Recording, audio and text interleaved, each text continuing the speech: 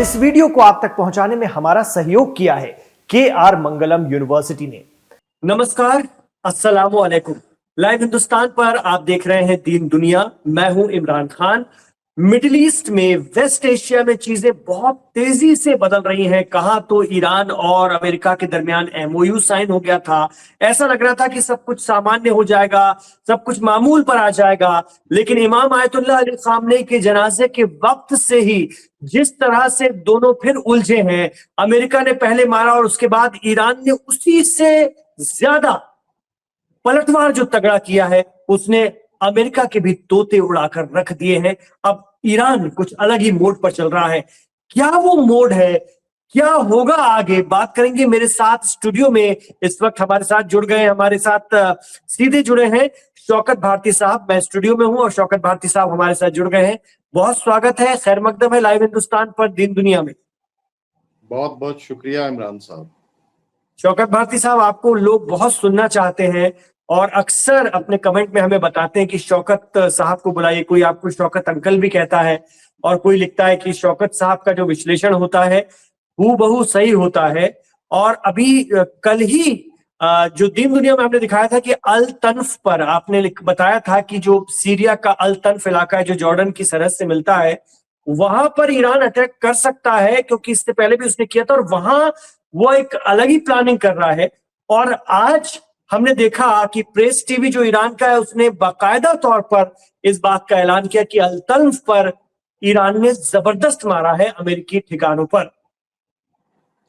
जी देखिए, बात क्या है कि इस जंग को, मतलब इस इलाके की जंग को मैं बहुत दिनों से मॉनिटर कर रहा हूँ। जी क्योंकि कोई अमेरिका आज से उसका इंटरफेरेंस यहाँ नहीं है, और स्पेशली जॉर्डन को वो काफी दिनों से यूज कर रहा है।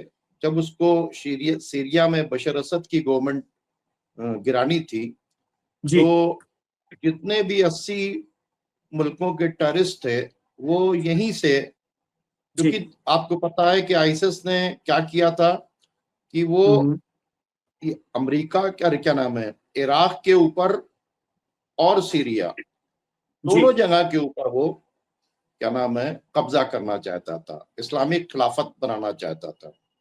तो जाहिर सी बातचीत है कि ये दुनिया भर के जो टेररिस्ट हैं, इनको आर्म्स अम्युनिशन कौन देता है, इनको एक से एक गाड़ियां कौन देता है, मिसाइल, उनकी कोई अपनी फैक्ट्री तो है नहीं। तो ये एक टूल की हैसियत से काम करते हैं। जी तो इसलिए वो उन तमाम मुल्कों को कमजोर कर रहा है अमेरिका, जो ईरान के साथ में जुड़े हुए हैं, या यूं कहा जाए कि जो ग्रेटर इजराइल के रास्ते का सबसे बड़ा रोड़ा है वो है ईरान। तो जी क्योंकि बशर असद की गवर्नमेंट जो थी वो ईरान को सपोर्ट करती थी, फिलिस्तीन का जो इशू था वो भी ईरान का इशू था, इसलिए फिलिस्तीन के कॉज के लिए सबसे ज्यादा सपोर्ट अगर किसी मुल्क से मिलता था तो उसका नाम था सीरिया। क्योंकि जी इधर गोलान हाइट्स का एक कोना है जिधर सीरिया है, दूसरी तरफ इजराइल है। तो इस वजह से ईरान ने पूरा जो अपना हेडक्वार्टर बनाया था वो इजराइल के खिलाफ फिलिस्तीन को आजाद कराने का, तो वो सीरिया के अंदर बनाया था। तो उस सीरिया की हुकूमत को बहुत कोशिश की गई, यहां तक कि जब ये लोग इस कदर फिलिस्तीनियों के मददगार थे और इजराइल के मुखालिफ थे कि जब यूनाइटेड नेशन में सीरिया के सदर की तरफ इजराइल के प्रेसिडेंट ने हाथ बढ़ाया तो उन्होंने हाथ मिलाने से इनकार कर दिया था और कहा था कि तुम्हारे हाथ जो है फिलिस्तीनियों के खून से भरे हुए हैं। तो या बशर अल असद की इसलिए बात कर रहे बशर असद, और बशर असद ने ही नहीं किया, बशर असद के वालिद हाफिज अल असद ने भी किया।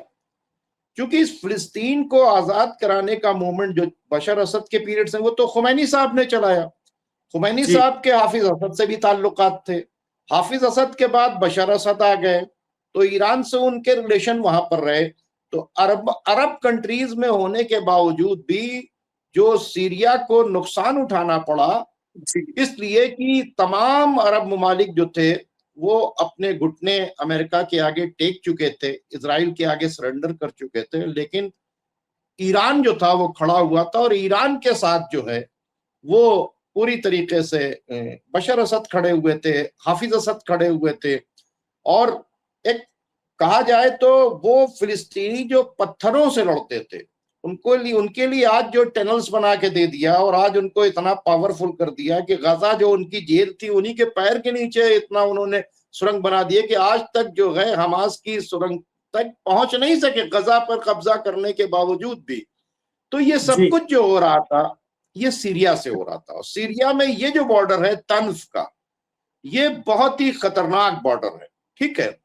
और जी यहां पर अमेरिका की सबसे बड़ी बेस है, और इसपे इससे अमेरिका जो है पूरा रन करता था। और जाहिर सी बात है कि ये ईरान के टारगेट के ऊपर थी, और इसलिए ईरान ने टारगेट बनाया। और ईरान ने सबसे ज्यादा टारगेट जॉर्डन को भी इसीलिए बनाया है क्योंकि जितने भी मिसाइल्स मारे जाते थे इजराइल के ऊपर, वो सारे मिसाइल्स जो हैं वो जॉर्डन से रोके जाते हैं। तो और जॉर्डन के अंदर एक बहुत बड़ा जो तन्फ के पास उन्होंने अपना कैंप बना रखा है, वो इराक को भी कंट्रोल करता है, वो सीरिया को भी कंट्रोल करता है, जी वो जॉर्डन को भी कंट्रोल करता है। तो ये तन्फ जो है एक बहुत ही इंपॉर्टेंट प्लेस है, और ये जिस दिन जी डैमेज हो जाएगी तो उस दिन जो है एक बहुत बड़ा झटका अमेरिका को लगेगा।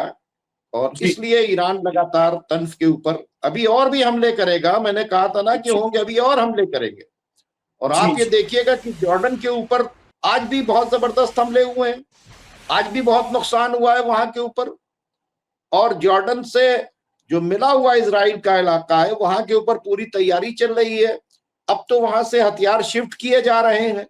जी तो 3 जगह ज्यादा हमले हो रहे हैं, कुवैत, आपके जी बहरेन और जॉर्डन।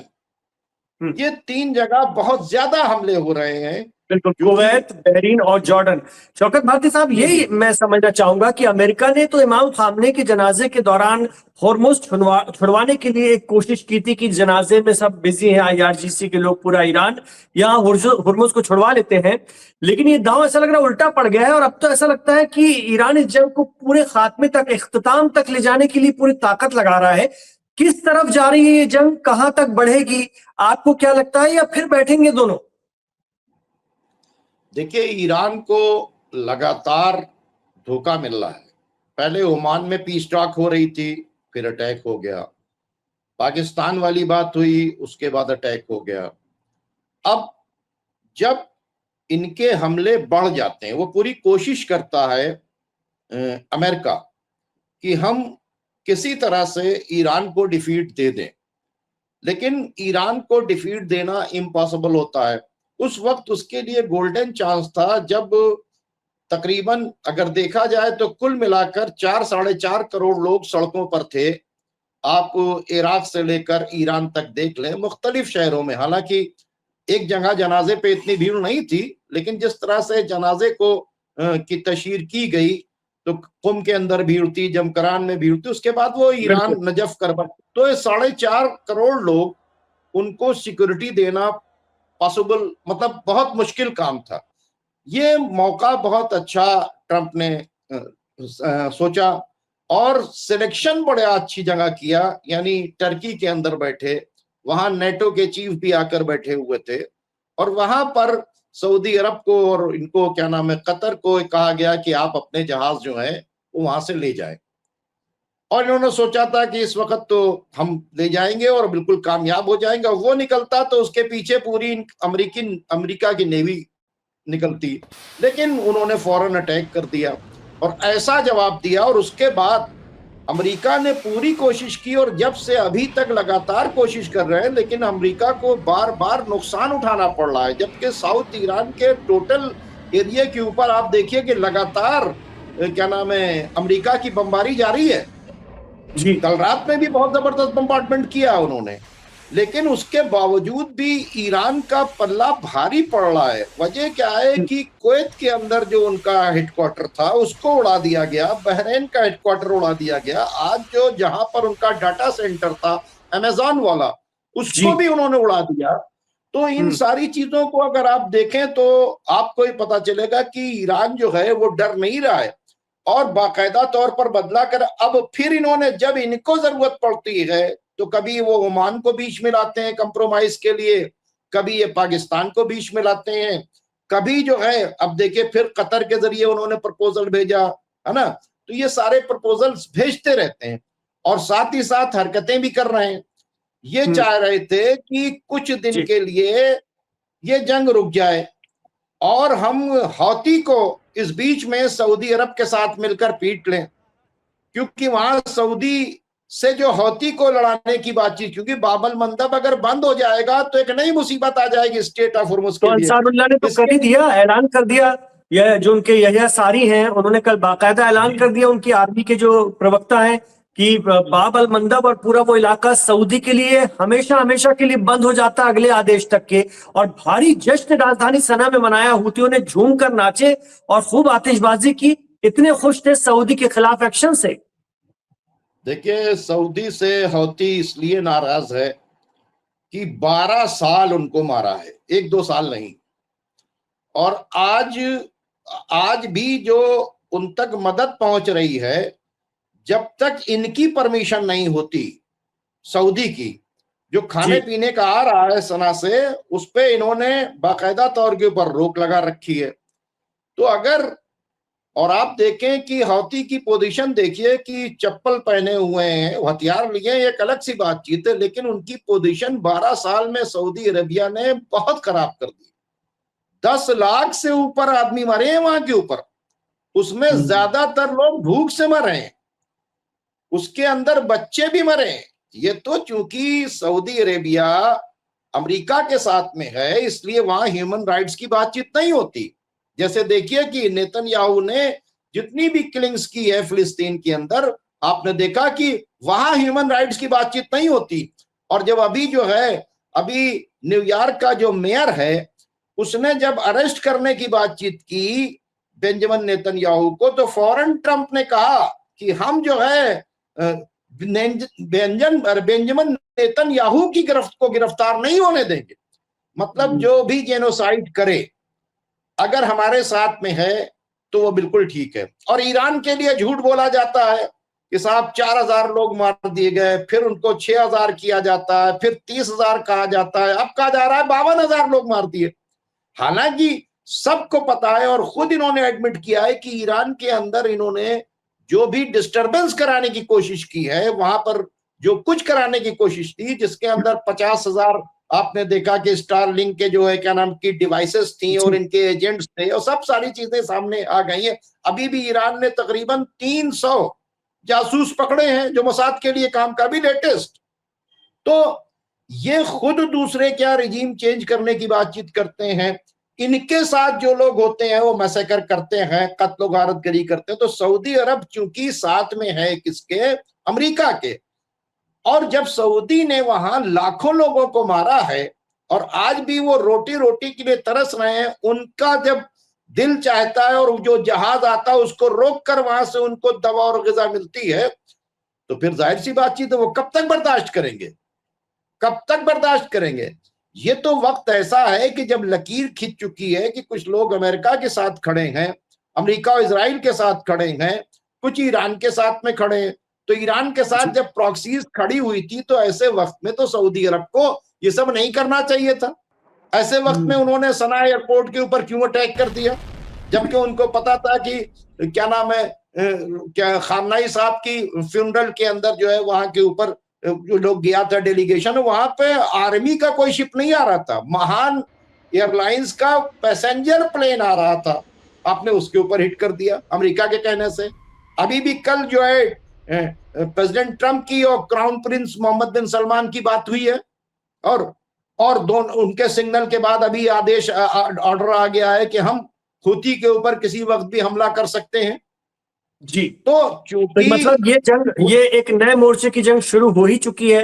हूतियों ने बाब अल मंदब सऊदी के लिए बंद ही कर दिया है और अमेरिका के दोस्तों के लिए। ऐसी स्थिति में ये मेरा सवाल था, ईरान अमेरिका जंग तो और बढ़ गई ऐसा लग रहा है, और ये कहां तक जाएगी? देखिए ये अमेरिका ने जानबूझकर ईरान की ताकत को कमजोर करने के लिए, ईरान के हाथ को काटने के लिए सबको पता है कि हौती एक पावरफुल सपोर्ट है ईरान का, उसको काटने जी के लिए सऊदी अरब को इस्तेमाल कर रहे हैं ट्रंप साहब। और ट्रंप जो है इसलिए इस्तेमाल कर रहे हैं कि सऊदी अरब का और पाकिस्तान का एक पैक है। इस जी बहाने से वो पाकिस्तान को भी सऊदी की मदद के लिए बुला लेंगे और उसके बाद जो है ये जो ईरान की ये प्रॉक्सी है ये अपनी जंग के अंदर उलझ जाएगी। ये इन्होंने कोशिश की है, लेकिन ये भूल गए हैं कि अभी आपने देखा कि 41 कंट्रीज ने मिलकर बाबल मंदब से गुजरने की कोशिश की थी, जिसमें यूरोप के तमाम कंट्रीज थे, मिडिल ईस्ट के कंट्रीज थे, खुद जो है ये अमेरिका था। बावजूद ये सारी चीजों को जानते हुए कि इस वक्त हौती जो है वो ईरान को सपोर्ट कर रहे हैं और अमेरिका के साथ जंग चल रही है, वो जी बाबल मंदब को इजरायलीज के लिए, अमेरिकन के लिए फिर वो बंद करने के लिए तैयार हैं। ऐसे वक्त के अंदर सऊदी अरब ने अमेरिका के कहने से, ये भी रिपोर्ट आ गई कि अमेरिका के कहने ही से उनके सना एयरपोर्ट के ऊपर अटैक किया था। अभी कल की भी रिपोर्ट आ गई कि अभी जो बयान दिया है कि हम बाकायदा तौर के ऊपर सऊदी अरब के ऊपर अटैक, क्या नाम है, यमन के ऊपर अटैक करने के लिए हौथियों के ऊपर तैयार हैं।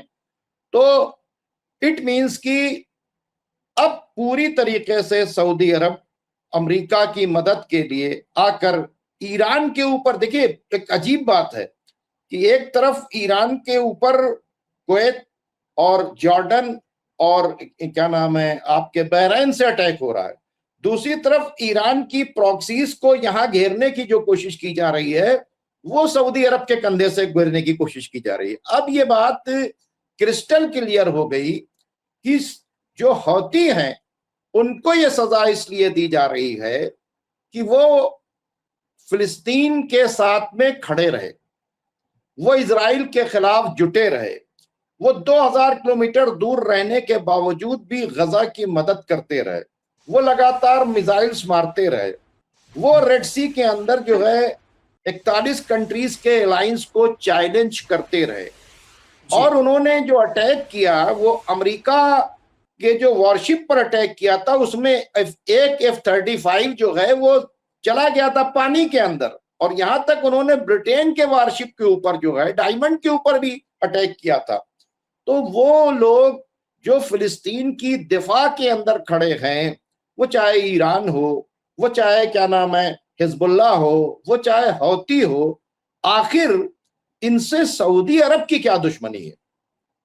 चलिए एक बार मैंने मान लिया कि उनकी दुश्मनी हौती के साथ में है, ठीक है। अब इनकी हिजबुल्ला के साथ कौन सी दुश्मनी है? इन्होंने हमास को क्यों नहीं सपोर्ट किया? वो तो डायरेक्ट लड़ रही है। वहां एक गिलास पानी तक इन्होंने नहीं पहुंचाया। और आप देखिए आज भी फिलिस्तीन के ऊपर अटैक हुआ, आज भी गजा के ऊपर अटैक हुआ है, एक घर के ऊपर अटैक हुआ, उसके अंदर 3 लोग मारे गए, उनके जैतून के खेत जितने हैं उन सब में आग लगा दी गई, सेटलर्स आग लगा रहे हैं, सब कुछ कर रहे हैं। तो ये मदद करने के बजाय ये क्या कर रहे हैं, उन ताकतों के बीच में आकर अमेरिका और इजराइल की मदद कर रहे हैं। और उसी का ये एक हिस्सा है कि इन्होंने जानबूझकर वो हौती जिनके साथ उन्होंने पैक करा दिया था, ईरान ने ही सुलह कराया था, ईरान ने ही जंग को रोका था, उस वक्त हौती बाहर ही पड़ रहे थे। अच्छा देखिए अमेरिका का भी मिजाज आप देख लीजिए और सऊदी का भी मिजाज देख लीजिए। जब ये भारी पड़ता है उनका मुखालिफ तो ये कंप्रोमाइज की बात करने लगते हैं। तब उस वक्त ये चाइना के पास गए, इन्होंने जो है ईरान से मदद की बातचीत की, ईरान ने इनका कंप्रोमाइज करा। और अभी अमेरिका को देख लीजिए, जब ईरान ने फुल फ्लैश वार की बातचीत कर दी और लड़ना शुरू किया मैदान में, तो अब 10 दिन के सीज फायर की बातचीत कर रहे हैं। तो ये समझ में आ गया है कि अब ये सब मिलकर ग्रेटर इजराइल बनाने की जंग लड़ रहे हैं। और ये सब जो है ट्रंप से लेकर मोहम्मद बिन सलमान तक, ये सब के सब जो है वो इजराइल के सपोर्टर हैं। और वो जो उनका इब्राहिम अकॉर्ड करके जो उनका एक पैक है, जो क्या नाम है जनरल राहील शरीफ और ट्रंप साहब के दामाद कुशनेर इन लोगों ने, और जब ट्रंप उस वक्त 2018 में खुद प्रेसिडेंट थे, इन लोगों ने जो कराया था वो क्या नाम है, अब्राहम अकॉर्ड, उसी के ऊपर ये सब के सब लोग चल रहे हैं। और अच्छा खासा एक एग्रीमेंट ओबामा ने करा दिया था ईरान के साथ में, और उसमें न्यूक्लियर एग्रीमेंट हो चुका था। ट्रंप ने उस एग्रीमेंट को तोड़ा। तो चूंकि इजराइल चाहता है कि ईरान किसी तरह से कमजोर हो, इसलिए ईरान को चाहता है कमजोर करना, कि ईरान फिलिस्तीन की आजादी की लड़ाई करने वालों को पूरी तरीके से सपोर्ट कर रहा है, और छिपाता भी नहीं है, वो खुलकर कहता भी है। तो यही वजह है कि ये सब लोग जो हैं, अगर आप देखें तो ये पूरी तरीके से अमेरिका और इजराइल को सपोर्ट कर रहे हैं। और ये जो नया मोर्चा खोलने जा रहे हैं, भाई क्यों नहीं आप उनका सैंक्शन हटा देते? वो तो कह रहे हैं ना कि आप हटा दीजिए वहां से। एक तरफ ब्लॉकेट किए हुआ अमेरिका बीच में खड़ा है समंदर में, दूसरी तरफ आप सना को ब्लॉकेट किए हुए हैं, वहां के ऊपर खाने की, पानी की, दवा की प्रॉब्लम हो रही है। यही तो वजह है कि जब ये इसके खिलाफ जंग हो रही है तो लोग सड़कों के ऊपर निकले हैं और आतशबाजियां छुड़ा रहे हैं कि बिल्कुल जंग होनी चाहिए। कितने दिन बर्दाश्त करें? लेकिन मैं सोशल मीडिया पर कमेंट भी पढ़ता रहता हूं, तो उसमें एक बहुत बड़ा तबका है जो कहता है कि ईरान खित्ते में अपना दबदबा बनाने के लिए, ईरान अपनी आइडियोलॉजी को बढ़ाने के लिए, ईरान अपने एजेंडे को चलाने के लिए लगातार जो है वहां पर डिस्टर्बेंस क्रिएट करता है। इसलिए ईरान में इस्लामिक रेवोल्यूशन का खात्मा बहुत जरूरी है। और इसमें दुनिया में मुसलमानों का भी एक बहुत बड़ा तबका है जो इस तरह की सोच रखता है, और वो लगातार कहते हैं कि ईरान जो है वो उसका खात्मा बहुत जरूरी है, तभी खित्ते में शांति आ सकती है। देखिए साहब, आपको बताएं इमरान साहब, ये कोई आज की बात नहीं है। जब 79 में रिवोल्यूशन आया और शाह का तख्ता पलटा, शाह शिया था, सुन्नी नहीं था, लेकिन शाह था, अमेरिका का गुलाम था, इजराइल का गुलाम था, यस्मैन बना हुआ था। तो किसकी सरकार वहां से गिरी? प्रो अमेरिकन और प्रो इजराइल सरकार वहां से गिर गई। ठीक है। स्लोगन वहां से क्या दिया गया कि हम, एक कॉल दी गई कि एक एक बाल्टी पानी अगर दुनिया भर के मुस्लिम डाल दें तो इजराइल बह जाएगा। स्लोगन क्या दिया गया कि हम फिलिस्तीन, जो मजलूम फिलिस्तीनी है उनकी जमीन को आजाद कराएंगे। स्लोगन क्या दिया गया कि हम बैतुल मुकद्दस को आजाद कराएंगे।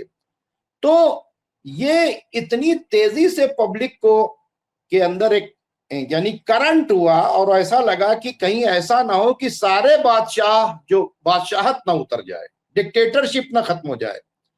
तो उस डिक्टेटरशिप ने रिलीजन को एक टूल की हैसियत से इस्तेमाल किया। ईरान को अगर दूसरे के कंट्री के ऊपर कब्जा करना था तो ईरान के पास गोल्डन चांस था कि 8 साल उसकी क्या नाम है, इराक के साथ जंग चली, फिर अमेरिका ने सद्दाम हुसैन को बिल्कुल खत्म कर दिया। उस वक्त तो बड़ा गोल्डन चांस था, बॉर्डर मिला हुआ था, ईरान अच्छी खासी आबादी भी शियों की है कहां के ऊपर, आपके इराक के अंदर, तो वहां के ऊपर कब्जा कर लेता। लेकिन ईरान शिया सुन्नी की बात ही नहीं करता, वो तो इत्तेहाद की बातचीत करता है। उनके लीडर्स तो आखिर तक इत्तेहाद की बातचीत करते रहे। उन्होंने कहा कि तुम्हारी तमाम प्रॉब्लम की जड़ जो है ये अमेरिका है, और ये तुम्हारे खित्ते के असासे को लूटता है, तुम्हारा पेट्रोल लूट रहा है, तुम्हारा ये सब लूट रहा है। और उन्होंने ये भी कहा कि ये जितने भी टेररिस्ट हैं, उन्होंने बाकायदा तौर के ऊपर एक्सपोज कर दिया कि इन तमाम टेररिस्ट को कौन कौन लोग बनाते हैं। तो उन्होंने अमेरिका को एक्सपोज किया, जो अमेरिका से। आज ये बताइए कि अब तो किसी से ढकी छुपी बात नहीं हो कि जोलानी नाम का एक टेररिस्ट था, उसको इस्तेमाल किसने किया? इजराइल ने इस्तेमाल किया, अमेरिका ने इस्तेमाल किया, टर्की ने इस्तेमाल किया, कतर ने इस्तेमाल किया, सऊदी ने इस्तेमाल किया। और उसको क्या हुआ? बशर असद को हटाकर उसको बैठा दिया। बशर असद को हटाकर जोलानी को बिठा देने से फिलिस्तीनियों का क्या फायदा हुआ, ये बताएं। ये हुआ कि उसने कहा कि मैं इजराइल की तरफ एक भी गोली नहीं चलाऊंगा, और 1000 से ज्यादा हमले किए हैं सीरिया के ऊपर इजराइल ने, एक का भी उसने जवाब नहीं दिया। यही होती हैं जिन पर 2.5 लाख हमले सऊदी अरब ने किए हैं। कितने? 2.5 लाख एयर स्ट्राइक, कम नहीं होती है जी कि जिस कंट्री पे 2.5 लाख एयर स्ट्राइक हो वहां क्या पोजीशन होगी। तो कुल मिलाकर हौती को भी जो कुछ झेलना पड़ रहा है वो एंटी अमेरिका है, प्रो ईरान है। जितने भी एंटी अमेरिका और इजराइल हैं कंट्रीज, वो लेबनान की हिजबुल्लाह हो, वो इराक की हजदल शाबी हो, वो इराक का लश्कर मुख्तार हो, वो आप क्या नाम है आप ये हौती हो, ये हमास हो, इस्लामिक जिहाद हो, वो लोग जो, देखिए बड़ी बात है, ये लोग जी टेररिस्ट के खिलाफ भी लड़ रहे हैं। आज तक किसी आईएसआई के या एसटीएस के या अलकायदा के किसी टेररिस्ट ने फिलिस्तीनियों को सपोर्ट क्यों नहीं किया?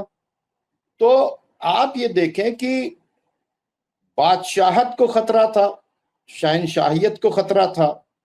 ईरान किसी की जमीन के ऊपर नहीं जाएगा, क्योंकि जी ईरान की जो आइडियोलॉजी है उसमें किसी की जमीन के ऊपर कब्जा करना इम्पॉसिबल है। उनकी आइडियोलॉजी जो है कि जिस वक्त वो ये देखेंगे कि ऐसी जगह से जहां हम पर अटैक हो सकता है, जैसे अब जो कुवैत के ऊपर उनका, तो वो खैबर वाली आइडियोलॉजी पर चल रहे हैं। जब खैबर में ये पता चला था कि यहां से अटैक होने वाला है, ठीक है, जी तो प्रिएम्प्टिव स्ट्राइक कर दी गई है। ईरान को जहां से खतरा बढ़ेगा वो फिर जी सिर्फ वो उन बेसिस के ऊपर अटैक करेगा, और उसने ऐसा नहीं कि वो कहीं के ऊपर कब्जा करेगा, क्योंकि वो बार बार जॉर्डन की भी पब्लिक से कह रहा है, क्या नाम है, सऊदी की भी पब्लिक से कह रहा है, बहरीन की भी पब्लिक से कह रहा है, जी और कुवैत की पब्लिक से भी कह रहा है कि आप अपनी हुकूमत से कहें कि अमेरिकन बेसिस को यहां खाली करें। यहां तक कि ईरान ने तो अमेरिका को भी मैसेज दिया, अमेरिका में भी जो क्या नाम है आर्मी की जो फैमिली है उनको उन्होंने मैसेज दिया है कि भाई आप क्यों हमसे जंग लड़ रहे हैं, हम आपसे जंग नहीं लड़ना चाहते हैं। आप 12,500 किलोमीटर दूर बैठे हो, आप बेवजह हमसे लड़ने के लिए आए, अपने लोगों को रोको। तो ईरान किसी के मुल्क के ऊपर कब्जा नहीं करेगा, पहली बात तो बिल्कुल निकाल दें दिमाग से। और ईरान सिर्फ सिर्फ और सिर्फ वो खिलाफ है उन ममालिक के जो जिनके ममालिक से ईरान के ऊपर अटैक हो रहे हैं, वो चाहे ये आपने जॉर्डन हो, बहुत वो चाहे जी बिल्कुल, ये आपने बहुत बड़ी बात कही कि ईरान जंग खैबर के मोड पर आ गया है और बिल्कुल उसी तरह से अपनी रणनीति अपनाते हुए मुकाबले में है। जंग खैबर में प्रिएम्प्टिव स्ट्राइक हुई थी। जी प्रिएम्प्टिव स्ट्राइक इसलिए की गई थी कि वहां पूरी तरीके से तैयारी हो गई थी, असलहे जमा हो गए थे, लोग आ गए थे, मदीने के ऊपर अटैक करने की प्लानिंग थी, तो वहां के ऊपर किया। तो उनकी आइडियोलॉजी जो है वो ये है कि हम यहां जहां से हम पर अटैक होगा फिर हम वहां के ऊपर स्ट्राइक करेंगे, जी और उन्होंने वहां के ऊपर स्ट्राइक किया। बिल्कुल। तो शौकत भारती साहब, वो आपके एनालिसिस और आपका जो आपकी भविष्यवाणी जो होती है उस खित्ते को लेकर, मिडल ईस्ट को लेकर, वेस्ट एशिया को लेकर बहुत सटीक बैठती है। और आपसे आपकी पेशेंट गोई हम बस ये और जानना चाहेंगे आपसे कि ये कहां तक जाएगी, मतलब कहने का है कि और कितना लंबा चलेगी, क्या ये अब लंबी जंग चलेगी? क्योंकि बीच में ऐसा लगा था कि अमेरिका और ईरान अब बैठ जाएंगे, हो गया, बहुत हो गया, 40 दिनों के बाद चीजें अब बदल गई। लेकिन ये तो रूस यूक्रेन की तरह ये क्या चलती रहेगी इसी तरह से? देखिए, ईरान ने अपने एक एक एक्शन से, इवन अपने मिसाइल्स के नाम से, अपने ड्रोन्स के नाम से, अपने रहबर के जनाजे से, यानी हर चीज से उन्होंने एक मैसेज दिया। जनाजे पर जो लोग आए तो उन्होंने कुरान की आयतें पढ़कर सुनाई। अब जाहिर सी बातचीत है कि उसी कुरान में लिखा है जो तुमसे लड़े उनसे लड़ो, खुद से अटैक मत करो, किसी के मुल्क जी के ऊपर कब्जा मत करो। तो जब वो दुनिया को कुरान पढ़कर सुना रहे हैं तो वो खुद भी अमल करेंगे। वो सिर्फ उससे लड़ रहे हैं जो उनसे लड़ रहा है। और फिर यह भी कहा गया है कि जब वो बाज आ जाए सारी चीजें तो तुम भी बाज आ जाओ। तो ईरान की अपनी एक आइडियोलॉजी है, वो करबला की उनकी आइडियोलॉजी है, वो कुरान और अहले बैत उनका रोल मॉडल है। जो वाहिद एक कंट्री है तमाम इस्लामिक कंट्री में कि जहां के ऊपर कुरान और अहले बैत की आइडियोलॉजी है। और ये दोनों आइडियोलॉजी नहीं कहती कि आप किसी के मुल्क के ऊपर कब्जा कीजिए, किसी की जमीन कब्जा कर लीजिए, किसी को बेगुनाह कत्ल कीजिए, लेकिन वो ये भी इजाजत नहीं देता है कि अगर तुम पर अटैक हो तो तुम मैदान छोड़कर भाग जाओ। फिर वो कहता है कि जब तक तुम्हारा दुश्मन तुमसे लड़े उससे लड़ते रहो। वो लड़ते रहते हैं। तो इस जंग को समझने के लिए आइडियोलॉजी समझना पड़ेगा। बिल्कुल। इजराइल की और आइडियोलॉजी है कि अमेरिका दूसरे की जमीन पर जी जी अमेरिका लेकिन इजराइल अब की पूरी आइडियोलॉजी जी अमेरिका अब जी इस पूरी फिराक में लग रहा है दूसरी बार खास तौर से कि वो इस आइडियोलॉजी को फिर से पलटने दे, एक बार कोशिश करे कि आइडियोलॉजी पलट दी जाए। इसराइल ने फिर उकसाया है उसे, और इसराइल न सिर्फ इसराइल बल्कि कतर, यूएई, बहरीन, ये सब अमेरिका को जाने नहीं देंगे खाली हाथ, बिना होर्मुज छुड़वाए ईरान से या ईरान में रिजीम को पलटवाए। और ऐसा लग रहा है कि इस बार अमेरिका भी ठान कर आया है कि इस आइडियोलॉजी को बदल कर रख देना है, पलट कर रख देना है। ये कांटा हमेशा के लिए निकलना चाहिए। देखिए, एक बात बता दें, आइडियोलॉजी को चेंज नहीं किया जा सकता है। आर्म सबनेशन खत्म किया जा सकता है, इंफ्रास्ट्रक्चर तबाह किया जा सकता है, और आइडियोलॉजी को चेंज नहीं किया जा सकता है। और अगर आइडियोलॉजी क्लियर कट है कि जियो और जीने दो, हम ना कब्जा करेंगे ना कब्जा बर्दाश्त करेंगे, हम ना किसी के मुल्क की जमीन छीनेंगे ना छीनने वाले को बर्दाश्त करेंगे, तो आप देखिए, आपने खामनाई साहब को मार दिया, तमाम लीडर्स को मार दिया, आइडियोलॉजी चेंज किया। लास्ट में उन्होंने क्या कहा था, मैं रहूं या ना रहूं, करबला को मत भूलना, इमाम हुसैन को याद रखना। इसके मतलब जालिम के आगे सरेंडर नहीं करना है। तो जो आइडियोलॉजी चल रही है वहां के ऊपर, वहां पर एक मजलिस खुबरगान है जिसमें 80 लोगों की कमेटी होती है, जिसके हेड जो हैं वो सुप्रीम लीडर होते हैं। तो वो स्पिरिचुअल आइडियोलॉजी के ऊपर चल रहे हैं। आप समझिए बातचीत को, उनकी आइडियोलॉजी को समझना होगा। तो अब उसके लिए करोड़ों आदमी सड़कों के ऊपर हैं। आप करोड़ों लोगों को मार दीजिएगा, आइडियोलॉजी कैसे बदली जाएगी भाई? आइडियोलॉजी नहीं बदली जा सकती। आप उनका इंफ्रास्ट्रक्चर छीन सकते हैं, आप उनको बिल्कुल जो है उनको गिट्टी तोड़ सकते हैं, वहां के ऊपर पूरी तरीके से बर्बाद कर सकते हैं, कारपेट बॉम्बिंग कर सकते हैं। आइडियोलॉजी आप नहीं छीन सकते। और आइडियोलॉजी ही ऐसी है कि आज पूरी दुनिया ने कहा कि यार ईरान तो किसी की जमीन के ऊपर नहीं गया, वो 12,500 किलोमीटर पर रहा है, वो क्यों वहां रिजीम चेंज करने के लिए जाता है, वो क्यों दादा बना हुआ है, वो क्यों स्टेट ऑफ हुर्मुज, जब उनका इलाका है तो उधर वो अपने हिसाब से तय करेंगे। आज सारी दुनिया क्या कर रही है? ईरान ने किसी की जमीन पर कब्जा नहीं किया है, अमेरिका की जमीन के ऊपर कब्जा नहीं किया है, ना कब्जा करने वालों का साथ दिया है। अमेरिका कब्जा भी करता है, कब्जा करने का साथ दुनिया के भर के अंदर 800 से ज्यादा अमेरिकन बेसेस। क्या बातचीत है भाई, आप दुनिया के चौधरी हैं, दुनिया के दादा हैं।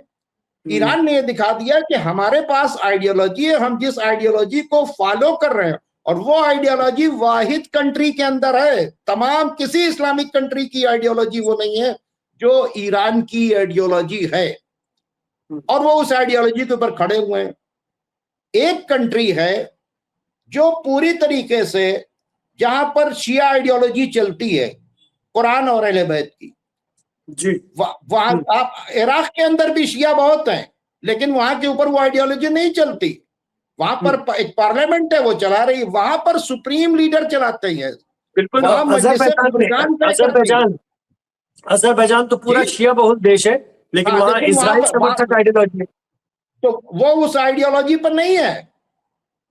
शाह ईरान नहीं था उस आइडियोलॉजी के ऊपर जी। वो सब अमेरिका और इजरायली आइडियोलॉजी पर चल रहे हैं। इसी से तो मैंने कहा वाहिद कंट्री है कि जो कुरान और अहले बैत की आइडियोलॉजी के ऊपर चल रहा है। पहले आइडियोलॉजी समझे जंग से पहले।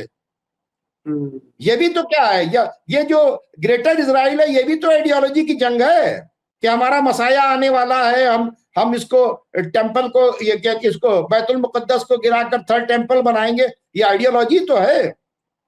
आज हरीदी जो प्रोटेस्ट कर रहे हैं आईडीएफ के खिलाफ इजराइल के अंदर कि हमारी आइडियोलॉजी, हम धार्मिक लोग हैं, हम जंग नहीं करेंगे, हम फौज में नहीं जाएंगे। तो आप किसी की आइडियोलॉजी नहीं छीन सकते। तो ये समझ लीजिए कि पहली बात है कि ईरान के अंदर जो है वो आइडियोलॉजी की सरकार है, ठीक है, और वो आइडियोलॉजी, इसी से वहां पर एक निजाम है जिसे वली फकीह कहा जाता है जी, ठीक है। तो पहले वहां का निजाम, वहां का सिस्टम, वहां की चीजें समझें, फिर उसके बाद ईरान को तय करें। ईरान का बिल्कुल क्लियर कट एजेंडा है, ना किसी के कंट्री के ऊपर अटैक करना है, ना किसी के क्या नाम है, किसी की जमीन के ऊपर कब्जा करना है, ना किसी के मुल्क पर कब्जा करना है, ना कब्जा करने वालों के आगे सरेंडर करना है। हम लड़ेंगे आखिरी सांस तक। बहुत अहम बात, ये उनका ये जंग अभी और बढ़ सकती है, और जब तक ये आइडियोलॉजी की जंग है और इस आइडियोलॉजी की जीत तक ही ये जंग जारी रहेगी। ये आइडियोलॉजी नहीं रुकेगी, नहीं दबेगी। शौकत भारती साहब ने बहुत तफसील से उस खित्ते की जड़ को हमारे सामने रख दिया। अक्सर इसलिए आप लोग चाहते भी हैं कि शौकत भारती साहब को बुलाएं और हमारे साथ जुड़े, ताकि वो खास तौर से उस खित्ते की अंदर की सियासत और आज की नहीं बरसों की सियासत को उधेड़ कर हमारे सामने रख देते हैं और इसकी जड़ तक पहुंच जाते हैं। बहुत बहुत शुक्रिया शौकत भारती साहब, दीन दुनिया में आज वक्त देने के लिए आपका। बहुत बहुत शुक्रिया आपका। जी बिल्कुल, आपसे गुजारिश रहेगी कि आगे भी आप अपना गाइडेंस और खास तौर से अपनी पेशेंट गोई और खास तौर से अपना एनालिसिस हमारे लिए लेकर आते रहेंगे। बहुत बहुत शुक्रिया। तो नाज़रीन, आज का वीडियो, दर्शकों, आज का वीडियो आपको कैसा लगा हमें कमेंट बॉक्स पर जरूर बताइएगा। कमेंट कीजिए, ज्यादा से ज्यादा वीडियो को शेयर कीजिए अपने दोस्तों और रिश्तेदारों के व्हाट्सएप ग्रुप पर, और आपसे भी गुजारिश रहेगी कि हमारे चैनल लाइव हिंदुस्तान को सब्सक्राइब कीजिए और करवाइए। क्या कुछ आप मानते हैं, क्या शौकत भारती साहब ने जो बातें बताई वो खित्ते में इस जंग को और बढ़ाएगी या चीजें और बदलेंगी? आप क्या मानते हैं बताइएगा। इमरान खान के साथ आखिर तक जुड़ने के लिए शुक्रिया। अपना ख्याल रखिए और अपनी दुआओं में हमारी पूरी टीम को रखिए।